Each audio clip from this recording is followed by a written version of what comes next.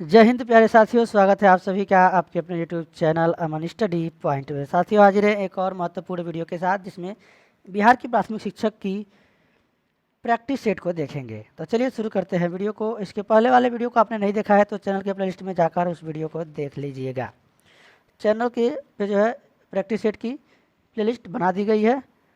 और वीडियो को शुरू करने से पहले आप जो है एक बार अपने सभी दोस्तों और ग्रुपों में इस वीडियो को शेयर कर दीजिएगा, ताकि यह वीडियो सभी दोस्तों के पास पहुंच सके। तो चलिए, तो प्रश्न है आपके स्क्रीन पर, मीरकैट किस परिवार से संबंध रखता है? तो मीरकैट जो है यह बिल्ली परिवार से संबंध रखता है। विकल्प यहाँ पर दूसरा सही हो जाएगा। चलेंगे अगले प्रश्न की ओर। अगला प्रश्न है आपके स्क्रीन पर, सबसे पुराना और अब तक छपने वाला समाचार पत्र बताइए। तो सबसे पुराना और अब तक छपने वाला जो पुराना समाचार पत्र है यह है मुंबई समाचार। 1822 में इसकी स्थापना हुई थी। तिलहन की उच्च पैदावार से कौन सी क्रांति संबंध है? तो तिलहन की जो है उच्च पैदावार से जो है संबंधित है पीली क्रांति। श्वेत क्रांति बताएंगे दूध उत्पादन से संबंधित है। कमेंट बॉक्स में आप लोग बताएंगे। निम्नलिखित में से सही कथन के बारे में चयन करना है। कौन सा कथन सही है? संश्लेषित रेशे की तरह प्लास्टिक भी एक बहुलक है। सभी प्लास्टिकों में इकाइयों की व्यवस्था एक ही प्रकार की होती है। सब में एक प्रकार की नहीं होती है। सभी प्लास्टिकों में इकाइयों की व्यवस्था रेखीय होती है। ये भी गलत है, सही नहीं है। जो है अगर प्लास्टिक की बात करें तो संश्लेषित रेशे की तरह प्लास्टिक भी क्या है, एक बहुलक है। ये वाला ऑप्शन सही है। चौथा में अगर देखें, सभी प्लास्टिकों में इकाइयों की व्यवस्था तिर्यकबद्ध यानी क्रॉसबद्ध होती है, ये गलत है। आंसर हमारा पहला विकल्प हो जाएगा। चलेंगे अगले प्रश्न की ओर। तैराकी समुद्र के नीचे जाते हैं और खोज करते हैं, इसे क्या कहते हैं? इसे हम लोग कहते हैं स्कूबा डाइविंग। विकल्प हमारा पहला सही हो जाएगा।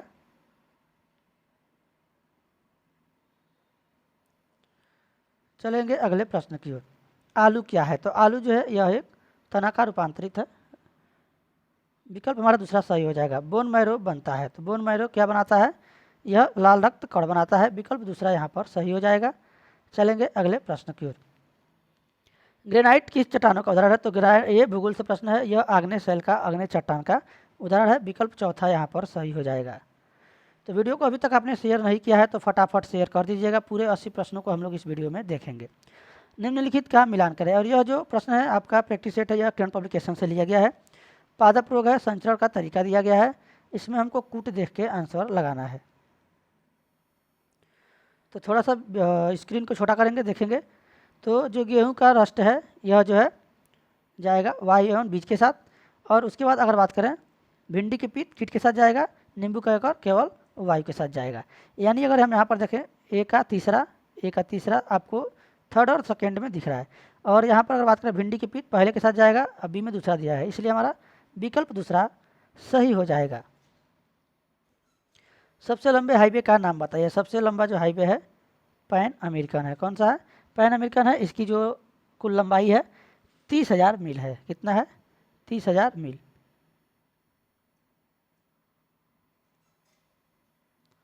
ये भी आप लोग याद रखेंगे। किलोमीटर में 48,000 किलोमीटर है। चलेंगे अगले प्रश्न की ओर। किस बाल क्रांति को अंग्रेजों ने फांसी दी थी? तो खुदीराम बोस जो है 18 वर्ष थे। 18 वर्ष की आयु में उनको फांसी अंग्रेजों के द्वारा दी गई थी। यह एक क्रांतिकारी थे। थर्ड विकल्प सही होगा। मुख्य देशांतर रेखा किस स्थान से गुजरती है? तो यह जो है ग्रीनविच से गुजरती है। विकल्प चौथा हमारा सही हो जाएगा, ग्रीनविच।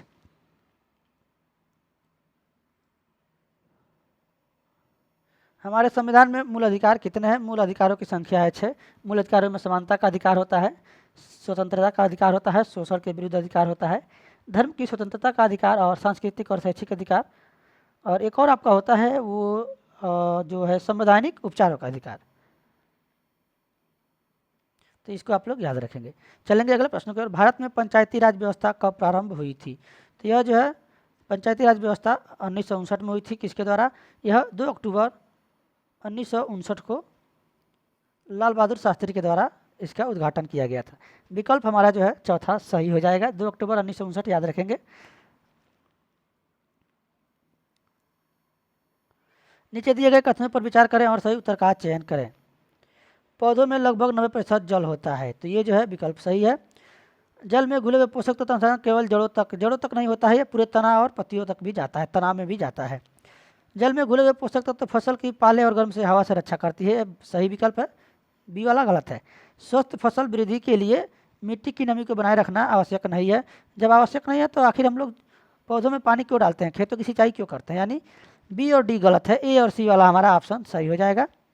चलेंगे अगले प्रश्न पर। तो इसमें आप लोग देखेंगे कौन सा कूट है, कूट यहाँ पर दिया गया है केवल ए और बी, तो ए और बी वाला गलत है, हमारा ए और सी वाला सही हो जाएगा। विकल्प दो, बाकी ये दोनों गलत है। विकल्प यहाँ पर दूसरा सही होगा। चलेंगे अगले प्रश्न की ओर। अगला प्रश्न है आपके स्क्रीन पर।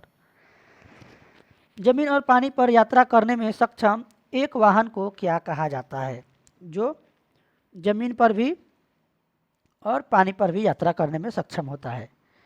तो ये प्रश्न आपका बहुत ही अच्छा है, इसका नाम है होवरक्राफ्ट।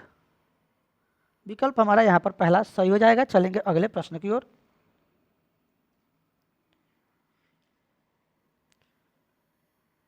निम्नलिखित में से कौन सा तत्व पृथ्वी के अंतर्भाग में मुख्य तत्व है? Silicon, aluminium, magnesium. तो पृथ्वी के अगर अंदर बात करें तो उसमें मेंटल क्रस्ट, बाहरी कोर और आंतरिक कोर के नाम से 4 परतों में बांटा गया है। पृथ्वी को किसमें? मेंटल, मेटल, क्रस्ट,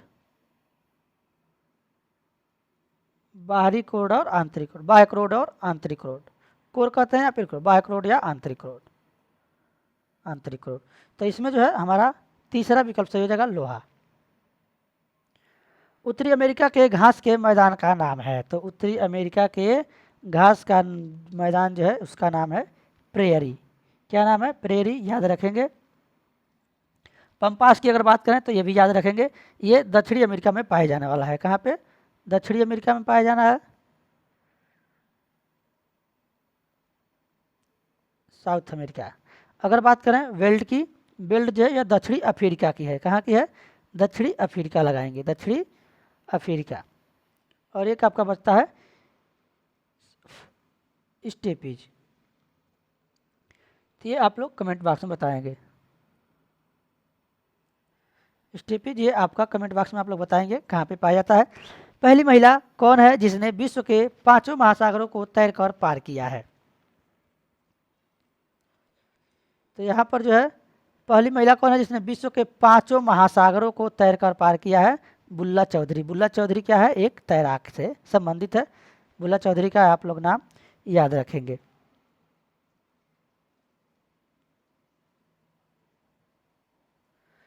दशमलव प्रणाली कहाँ से विकसित हुई है? तो प्राचीन जो दशमलव प्रणाली है यह और कहीं से नहीं, हमारे भारत देश से ही विकसित हुई है। पहला विकल्प हमारा यहाँ पर जो है इस प्रश्न का चौथा विकल्प सही हो जाएगा। अगला प्रश्न है, जलियांवाला बाग हत्याकांड का जिम्मेदार कौन था? जलियांवाला बाग हत्याकांड का जो जिम्मेदार था वह था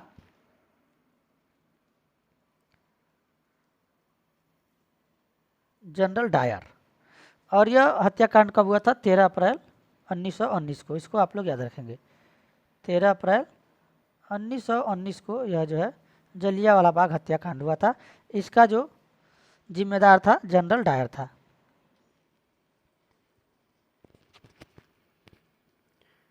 अगला प्रश्न देखेंगे, लोकसभा में अधिकतम संख्या होती है? तो लोकसभा में अधिकतम संख्या होती है 552। विकल्प हमारा पहला यहाँ पर सही हो जाएगा।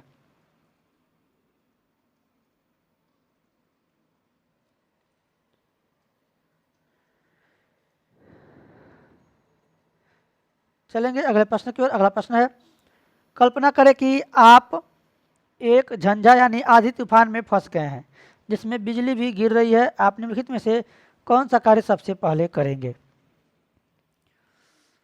कार या बस से उतर जाना, किसी बड़े पेड़ के नीचे आश्रय लेना, किसी इमारत के अंदर चले जाना, या जले नहीं जाना है, यहाँ पर चले जाना है, जाके चले जाना है, किसी खुले गैरेज में आश्रय लेना। तो यहाँ पर अगर हम बात करें इस प्रश्न की राइट आंसर की, तो उसमें सबसे पहले क्या करेंगे? आप किसी इमारत में चले जाएंगे बिजली के समय या फिर कार, ये दोनों जो है। तो यहाँ पर हम थर्ड जो है विकल्प सही लगाएंगे।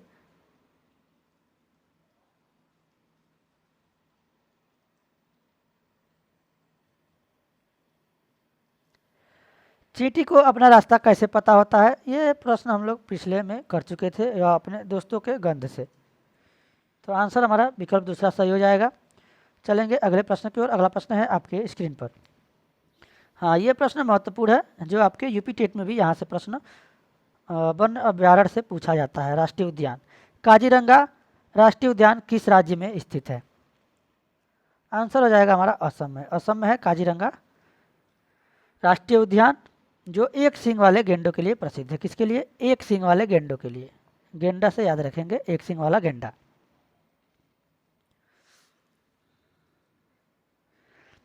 उत्तर प्रदेश में हम आपको थोड़ा सा बता दें, दुधवा चंद्रप्रभा नेशनल पार्क है, दुधवा राष्ट्रीय पार्क है, ये उत्तर प्रदेश में है। राजस्थान में है रणथंभौर और सरिस्का केवलादेव। तो याद रखेंगे, यहाँ से प्रश्न आपके बन सकते हैं। बाघ अपना क्षेत्र कैसे निर्धारित करते हैं? तो बाघ का जो है अगर बात करें, वह अपने मूत्र की गंध छोड़कर। विकल्प चौथा यहाँ पर सही हो जाएगा। चलेंगे अगले प्रश्न की ओर। अगला प्रश्न है, मुंह में जीभ का क्या कार्य है? तो मुंह में जीभ का जो कार्य होता है वह भोजन का स्वाद बताना, यानी चखने में जो है हमारी सहायता करता है। विकल्प दूसरा सही हो जाएगा। मशीन कार्य को बना देता है। तो मशीन जो है कार्य को आसान भी बनाता है, तेज भी बनाता है, सुविधाजनक भी बनाता है। आंसर इसलिए हमारा चला जाएगा विकल्प चौथे के साथ। चौथा विकल्प यहाँ पर सही हो जाएगा। डिब्बा के ढक्कन को चम्मच से खोलते हैं तो यह पच्चड़ है, उत्तोलक है, आनत है या फिर टेक है? तो डिब्बा के ढक्कन को जब चम्मच से खोलते हैं तो यह एक प्रथम श्रेणी का उत्तोलक है। किसका? प्रथम श्रेणी का क्या है? उत्तोलक है। विकल्प हमारा दूसरा सही हो जाएगा। चलेंगे अगले प्रश्न पर। निम्नलिखित में से कौन सा प्रजनन का एक तरीका नहीं है? प्रजनन का तरीका की अगर हम बात करें यहाँ पर, तो यहाँ पर जो है साटा बांधना, यह क्या है? यह प्रजनन का तरीका नहीं है। कलम लगाना, रोपण करना, दाब, ये सभी जो है क्या है? प्रजनन के तरीके हैं। विकल्प हमारा यहाँ पर थर्ड वाला सही हो जाएगा। चलेंगे अगले प्रश्न पर। निम्नलिखित में से कौन सा जंतु बच्चे को जन्म नहीं देता है? तो बच्चे को जन्म कौन सा नहीं देता है? विकल्प लगाएंगे यहाँ पर तितली। चूहा, चमगादड़, हिरण, ये सभी जो है बच्चे को जन्म देते हैं। तितली जो है बच्चे को जन्म नहीं देती है। चलेंगे अगले प्रश्न की ओर। कौन सा लक्षण जंतुओं में नहीं पाया जाता है? तो जंतुओं में प्रजनन पाया जाता है, श्वसन पाया जाता है। अब यहाँ पर अगर बात करेंगे प्रकाश संश्लेषण, यह पौधों में पाया जाता है, यह पौधों का भाग है। विकल्प हमारा दूसरा सही हो जाएगा, क्योंकि पौधे जो है प्रकाश संश्लेषण की क्रिया से भोजन बनाते हैं। निम्नलिखित आहार नली के भाग हैं, कूट की सहायता से सही उत्तर का चयन कीजिए। आहार नली के भाग कौन कौन से हैं, यहाँ पर आपको बताना है। लार ग्रंथि, पीयूष ग्रंथि, मुख गुटिका या फिर क्षुद्रांत। क्षुद्रांत्र, यहाँ पर आंसर हमारा जाएगा विकल्प ए और डी देखेंगे, क्षुद्रांश और लार ग्रंथि। डी में हमारा जो फोर्थ है, फोर्थ वाला विकल्प हमारा सही हो जाएगा। चलेंगे अगले प्रश्न की ओर। अनाज की क्षति को कम करने के लिए निम्नलिखित में से कौन सा उपयुक्त है? तो ये रहा प्रश्न आपके स्क्रीन पर।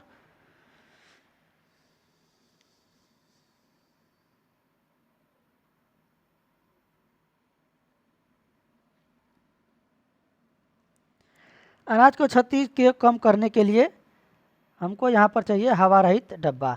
विकल्प तीसरा यहाँ पर सही हो जाएगा। निम्नलिखित में से कौन सा बीज प्रकीर्णन का संसाधन नहीं है?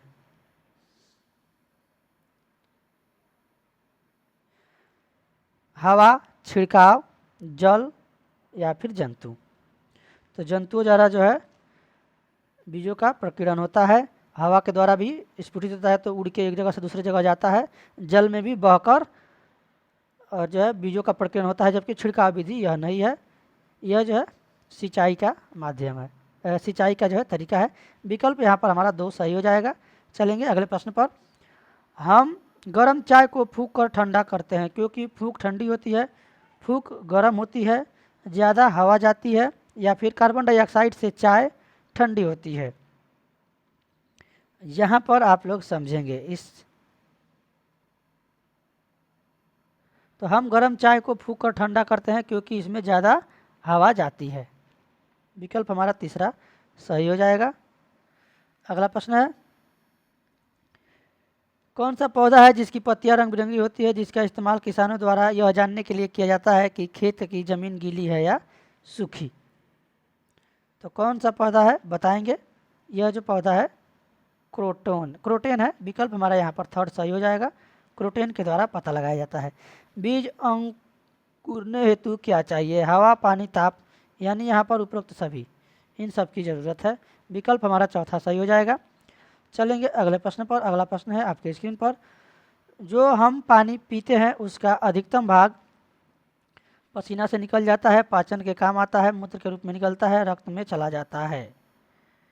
तो यह जो है पाचन के हमारे क्या आता है, काम आता है। विकल्प दूसरा हमारा सही हो जाएगा। चलेंगे अगले प्रश्न पर। हरी पत्तियों वाली सब्जियों में क्या भरपूर मात्रा में पाया जाता है। तो जो हरी सब्जियां हैं उसमें विटामिन भरपूर मात्रा में पाया जाता है। विकल्प हमारा यहाँ पर सही हो जाएगा चौथा।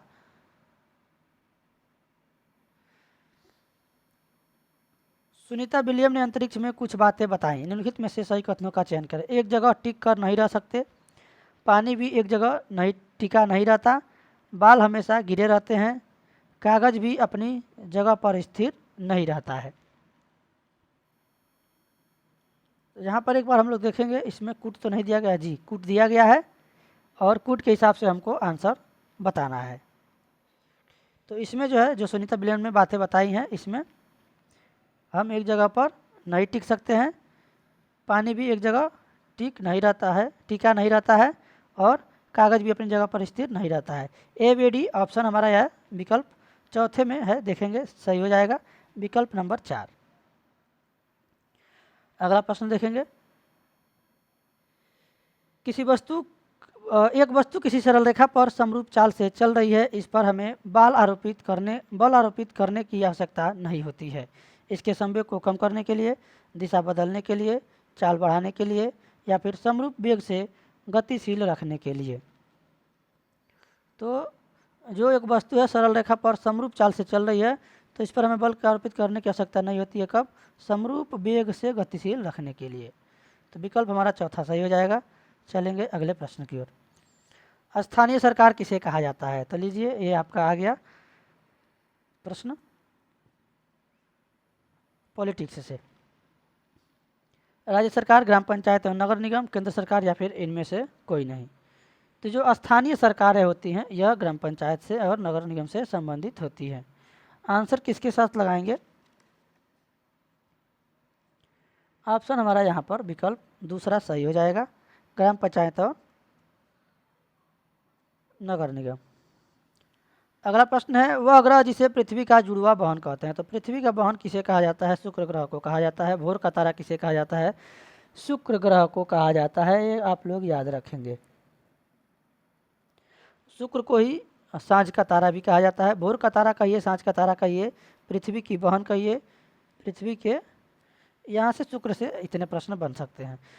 सूर्य से तीसरा सबसे नज़दीक वाला ग्रह कौन सा है। तो सूर्य से तीसरा, सूर्य के बाद पहले बुध है, शुक्र है, उसके बाद पृथ्वी है। आंसर लगा देंगे हम लोग विकल्प 2 के साथ। क्रम एक बार आप लोग याद रखेंगे, सबसे पहले बुध है, बुध के बाद शुक्र है, शुक्र के बाद, ताकि यहाँ से आपको कहीं से भी प्रश्न घुमा कर पूछ सकता है। शुक्र के बाद पृथ्वी है, पृथ्वी के बाद आपका आ जाएगा मंगल ग्रह है, मंगल के बाद आपका आता है बृहस्पति, बृहस्पति के बाद आपका आता है शनि, अरुण, वरुण, अरुण और वरुण। तो ऐसे याद रखेंगे, बुध, शुक्र, पृथ्वी, मंगल, बृहस्पति, शनि, अरुण, वरुण, ये आपके 8 ग्रह हैं। क्रम याद रखेंगे। देशांतर रेखाओं की कुल संख्याएं हैं। तो देशांतर रेखाओं की जो कुल रेखाएं हैं इसको आप लोग याद रखेंगे। एक तो क्षैतिज होती है और एक ऊपर से ये होती है देशांतर रेखाएं, और ऐसे हमारी होती हैं क्षैतिज तो देशांतर रेखाओं की जो संख्याएं हैं 360 हैं, इसको आप लोग याद रखेंगे। सूर्य का एक चक्कर लगाने में पृथ्वी को लगभग कितना समय लगता है? तो सूर्य का एक चक्कर लगाने में सूर्य को पृथ्वी को जो है लगभग 365 दिन लगता है। चलेंगे अगले प्रश्न पर। सौरमंडल का सबसे छोटा ग्रह कौन सा है? तो सबसे छोटे ग्रह की बात करें तो इसका आंसर हमारा हो जाएगा बुध, और सूर्य के सबसे नज़दीक बुध, सूर्य सबसे नज़दीक बुध। ये आप दोनों प्रश्न याद रखेंगे। बिहार दिवस कब मनाया जाता है? तो 22 मार्च को। 22 मार्च को ही जल दिवस भी मनाया जाता है। अब मार्च में आप लोग 1 मार्च को अगर हम यहाँ पर बात करें तो ये विश्व नागरिक सुरक्षा दिवस मनाया जाता है। विश्व नागरिक सुरक्षा दिवस, नागरिक सुरक्षा दिवस। 10 अप्रैल की बात करें तो विश्व होम्योपैथिक दिवस मनाया जाता है। 10 अप्रैल को विश्व होम्योपैथिक दिवस। 22 अप्रैल को हम लोग मनाते हैं पृथ्वी दिवस। तो ये आप लोग फैक्ट याद रखेंगे। नागरिक सुरक्षा दिवस 10 अप्रैल को, होम्योपैथिक दिवस 22 अप्रैल को, पृथ्वी दिवस, और 22 मार्च को बिहार दिवस मनाया जाता है। निम्नलिखित में से कौन से वाद्य यंत्र सूखी लौकी के बनाए जाते हैं? तो आपने बीन का नाम सुना होगा। बीन, एक तो बीन हो जाएगा। देखेंगे आपको तीनों ऑप्शन में बीन देखने को मिल रहा है। तो यहाँ पर जो बीन, तुम्बा और खंजीरी, ये हमारा ऑप्शन 3rd वाला सही हो जाएगा। सूखे लौकी के ये जो है बनाए जाते हैं, इसे फूकने से यह बचता है। चलेंगे अगले प्रश्न पर। वीडियो आप लोग जो है पूरा देख के जाइएगा क्योंकि सभी प्रश्न महत्वपूर्ण हैं। एशिया का सबसे बड़ा पशु मेला कहाँ लगता है? बताएंगे कमेंट बॉक्स में। ये आपका बहुत ही महत्वपूर्ण है। सोनपुर में लगता है। सोनपुर जो कि बिहार में है। जिला आप लोग कमेंट बॉक्स में बताएंगे कौन सा जिला है। सारण जिला में है। कौन सा जिला है? सारण जिला है। सारण जिला याद रखेंगे। बिहार का राजकीय पक्षी क्या है? बताएंगे। बिहार का राजकीय पक्षी पूछा जाए तो आपको लगाना है गौरैया। क्या लगाएंगे? गौरैया राइट आंसर हो जाएगा इसका विकल्प तीसरा। पशु अगर पूछा जाए तो पशु गौर या बैल, गौर या बैल। ये भी फैक्ट हम आपको बताते चल रहे हैं, आप लोग याद रखेंगे, गौर या बैल। बिहार विधानसभा में सदस्यों की कुल संख्या है? तो बिहार विधानसभा में जो है कुल संख्या है 243। विकल्प नंबर तीसरा यहाँ पर सही हो जाएगा। चलेंगे अगले प्रश्न पर। विधानसभा की पूछी गई है तो 243 लगाएंगे। कर्नाटक के होलगुड़ी गांव में पानी की कमी को दूर करने के लिए बच्चों ने एक पंचायत का निर्माण किया। यह पंचायत आज किस नाम से प्रचलित है? कर्नाटक की बात पूछी जा रही है। होलगुड़ी गांव में पानी की कमी को दूर करने के लिए बच्चों ने एक पंचायत का निर्माण किया। यह पंचायत किस नाम से प्रचलित है? यह जो है प्रचलित है भीम संघ से। विकल्प हमारा दूसरा सही हो जाएगा। चलेंगे अगले प्रश्न की ओर। अगला प्रश्न है, बिहार में प्रमंडलों की संख्या कितनी है? तो बिहार में जिलों की संख्या आपसे पूछा जाए तो 38 है। कितनी है? जिलों की संख्या 38 है। 38वां जिला कौन सा है? अरवल है। कौन सा जिला है? अरवल जिला है। और अगर बात करें अनुमंडल, अनुमंडल कितने हैं? 101। 101 अनुमंडल है। कितने? 101 अनुमंडल है। ये भी आपको याद रखना है। प्रमंडलों की संख्या पूछी गई है तो यहाँ पर प्रमंडलों की संख्या हमारा 9 हो जाएगा। कितने? 9 प्रमंडल है। चलेंगे अगले प्रश्न की ओर। बिहार की पहली महिला मुख्यमंत्री कौन थी? तो ये तो शायद किसी को भूलना नहीं चाहिए। राबड़ी देवी जी हैं। लालू यादव जी की धर्मपत्नी थी, धर्मपत्नी है। और इनकी अगर हम बात करें राबड़ी देवी, यह जो है बिहार की पहली मुख्यमंत्री थी। और किससे संबंध है? आरजेडी, लालू यादव जी की पार्टी से संबंधित है। विश्व का प्रथम आवासीय विश्वविद्यालय कौन सा था? ये प्रश्न हम लोग पिछले शायद प्रैक्टिस सेट में देखे थे।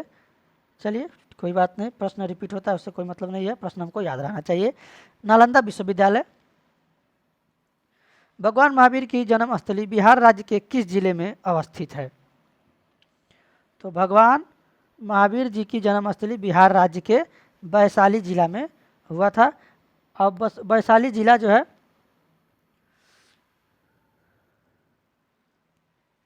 ये आपका राइट आंसर विकल्प 3rd हो जाएगा। और ये जो है किसके, जैन धर्म के अंतिम तीर्थंकर थे। कौन थे? 24वें तीर्थंकर के रूप में जाने जाते हैं। ये भी आप लोग याद रखेंगे। चलेंगे अगले प्रश्न की ओर। विश्व का सबसे ऊंचा तथा बड़ा बौद्ध स्तूप कहाँ उपस्थित है? तो विश्व का सबसे ऊंचा और सबसे बड़ा बौद्ध स्तूप स्थित है केसरिया में। विकल्प हमारा यहाँ पर चौथा सही हो जाएगा। पूर्वी चंपारण का नाम आपने सुना होगा, पूर्वी चंपारण। पश्चिमी चंपारण, पूर्वी चंपारण। पूर्वी चंपारण में यह जो है स्थित है। भारत में एक जगह ऐसा जहां कुछ विशेष महीनों में फूल ही फूल होते हैं, यह जगह फूलों की घाटी कहलाती है। वह कौन सा राज्य है जहां यह जगह अवस्थित है? तो ये आप लोग प्रश्न यूपी टेट में कई बार दिए होंगे। सिक्किम, उत्तराखंड, हिमाचल प्रदेश या फिर मेघालय। उत्तराखंड के साथ आंसर हमारा चला जाएगा। यूपी टेट, सी टेट, बहुत सारी परीक्षाएं आप लोग देते हैं जिसमें यह प्रश्न अक्सर आपका पूछा जाता है। यह प्रश्न पूछा हुआ है आपके यूपी टेट के एग्जाम में। उत्तराखंड इसका राइट आंसर हो जाएगा। चलेंगे अगले प्रश्न पर।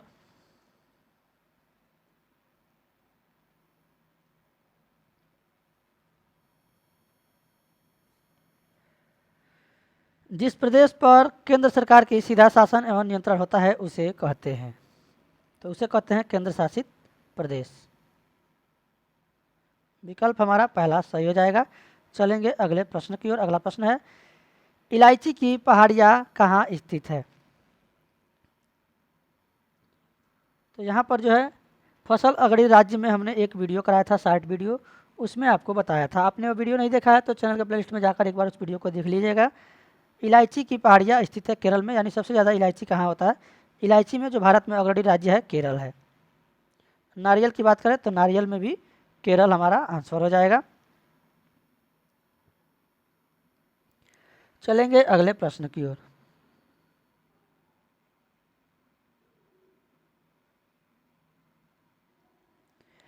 पंडित भीमसेन जोशी प्रसिद्ध थे किसके लिए? पंडित भीमसेन जोशी किससे संबंधित थे? तो ये जो है संबंधित थे हिंदुस्तानी गायक, एक हिंदुस्तानी गायक थे। विकल्प हमारा तीसरा सही हो जाएगा। नीचे दो कथन दिए गए हैं, दिए हुए विकल्पों में से सही उत्तर का चयन करें। लेखा भेड़ बकरियों को रखने के लिए बनी जगह को कहते हैं। लेखा की दीवारें पत्थरों और चट्टानों को एक दूसरे पर रखकर बनते हैं। तो इसका राइट आंसर बताना है।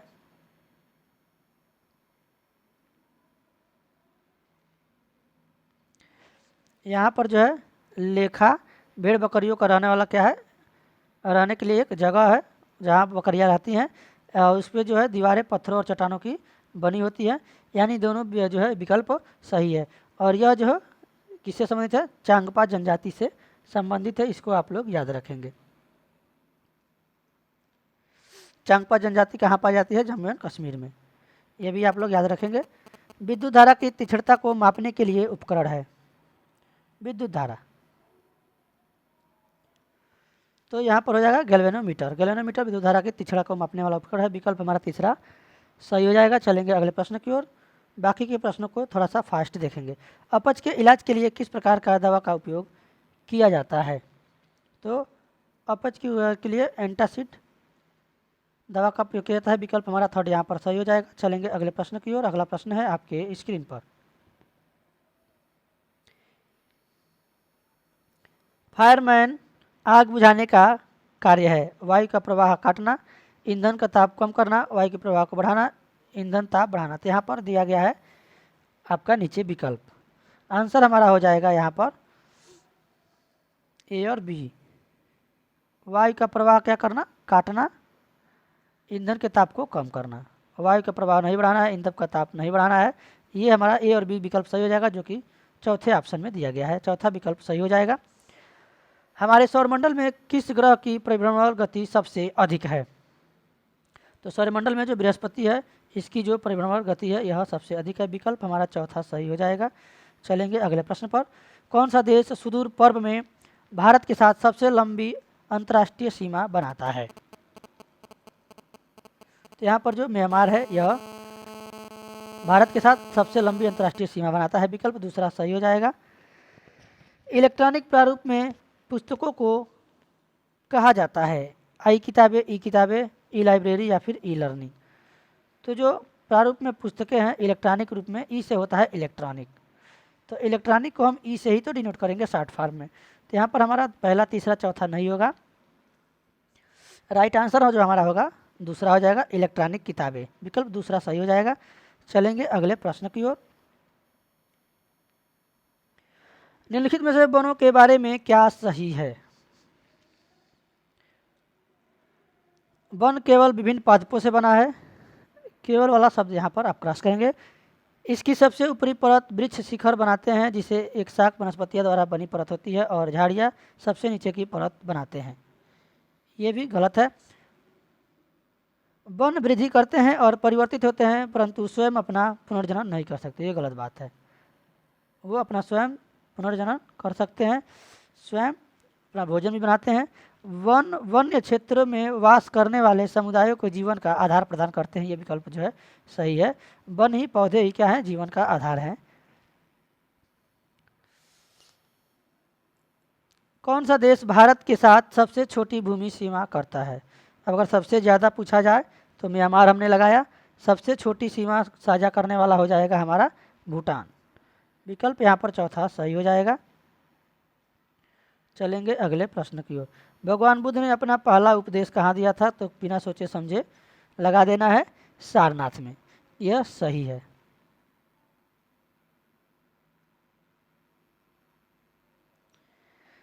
चलिए चलते हैं अगले प्रश्न पर।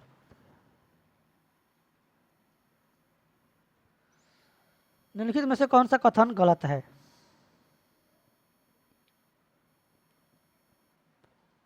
यहाँ पर बताएंगे। जो लोग बोल सुन नहीं सकते वे अपनी बातें दूसरों को इशारों से समझाते हैं। सही है। जो लोग बोल और सुन नहीं सकते हैं वे दूसरों की बातें अपने होठों से देखकर समझ जाते हैं। सही है। सबकी तरह जो बच्चे बोल सुन नहीं सकते उन्हें सरकारी विद्यालय में दाखिला नहीं किया जाना चाहिए। ये बात जो है गलत है। सबकी तरह जो बच्चे बोल सुन नहीं सकते हैं विशेष तरह के विद्यालय में नामांकन ले सकते हैं। तो यहाँ पर अगर हम आंसर बात करेंगे तीसरा हो जाएगा। ये हमारा तीनों सही है, जबकि यह गलत है। विकल्प थर्ड हमारा सही हो जाएगा। चलेंगे अगले प्रश्न की ओर। किसे कोच्चि का जुड़वा शहर कहा जाता है? तो कोच्चि का जुड़वा शहर कहा जाता है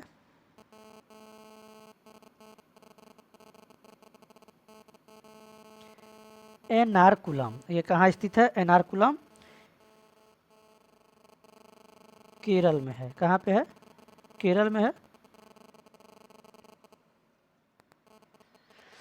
चलेंगे अगले प्रश्न की ओर। अगला प्रश्न है आपकी स्क्रीन पर। गोंड आदिवासियों का लोकप्रिय नृत्य है। तो गोंड आदिवासियों का जो लोकप्रिय नृत्य है वो है कर्मा। आंसर हो जाएगा विकल्प पहला। अब मात्र 3 प्रश्न बचे हैं। वीडियो में आप लोग बने रहिएगा।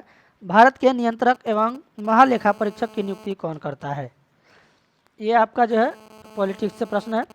तो भारत के नियंत्रक और महालेखा परीक्षक की नियुक्ति भारत के राष्ट्रपति